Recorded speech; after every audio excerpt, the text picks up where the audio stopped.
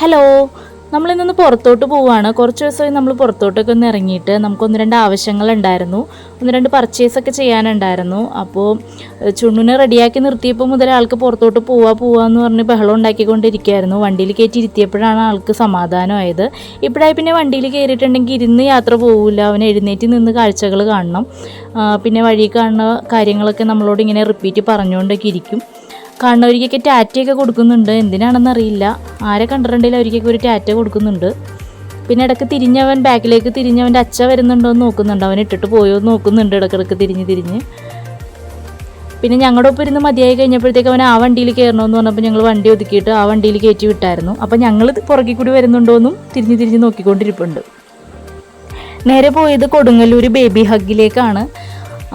ഞങ്ങൾക്ക് സൺഡേ ഒരു ബർത്ത്ഡേ പരിപാടി ഉണ്ടായിരുന്നു, അപ്പോൾ അവിടേക്ക് ഗിഫ്റ്റൊക്കെ മേടിക്കാനുണ്ടായിരുന്നു. പിന്നെ അല്ലൂനും ഡ്രസ്സ് നോക്കാനുണ്ടായിരുന്നു. അത്യാവശ്യം നല്ല കളക്ഷൻ ഉണ്ടായിരുന്നു. ഫുഡ് വെയർ നോക്കണമായിരുന്നു അവന്, ബട്ട് അവൻ്റെ സൈസിൽ അവന് പറ്റിയതൊന്നും കിട്ടാത്തത് കൊണ്ട് ഞങ്ങൾ എടുത്തില്ലായിരുന്നു. ടോയ്സ് ആണെങ്കിലും ബേബീസിൻ്റെ ഐറ്റംസൊക്കെ ആണെങ്കിലും എല്ലാത്തിനും നല്ല ക്വാളിറ്റി ഫീൽ ചെയ്തായിരുന്നു. പിന്നെ ഡ്രസ്സ് ബോയ് ബേബീസിനേലും ഗേൾ ബേബീസിന് കുറച്ചും കൂടി കളക്ഷൻ ഉള്ളതുപോലെ തോന്നിയായിരുന്നു. എല്ലാം നല്ല ക്വാളിറ്റി ആയിട്ടുള്ള ഐറ്റംസ് ആണ് കേട്ടോ. അതൊക്കെ അവിടുത്തെ പർച്ചേസൊക്കെ കഴിഞ്ഞപ്പോഴത്തേക്കും അത്യാവശ്യം ലേറ്റ് ആയിരുന്നു. നേരെ പോയത് ചിക്കിങ്ങിലേക്കാണ്. വെനസ്ഡേ തേഴ്സ്ഡേ ദിവസങ്ങളിൽ ചിക്കിങ്ങിൽ എപ്പോഴും ഓഫർ ഉണ്ടാവാറുണ്ട്, ബട്ട് അന്നെന്തോ നമുക്ക് ഓഫറൊന്നും കിട്ടിയില്ല. വെനസ്ഡേ ആണ് നമ്മൾ പോയത്, ബട്ട് അന്ന് ഓഫർ കിട്ടിയില്ല. നമ്മൾ ഫാമിലി പാക്കാണ് ബുക്ക് ചെയ്തത്.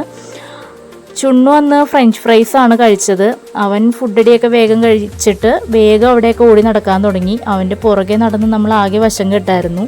ഭയങ്കര ആക്റ്റീവായിരുന്നു. എന്തോ കുറച്ച് ദിവസം കൂടി പുറത്തു പോയതിൻ്റെ ആണോ എന്നറിയില്ല. ഭയങ്കര ഡാൻസും അങ്ങോട്ടും ഇങ്ങോട്ടുമൊക്കെ ഓടലും, അവൻ്റെ പുറകെ ഓടി നമ്മൾ ആകെ ടയേർഡായിരുന്നു.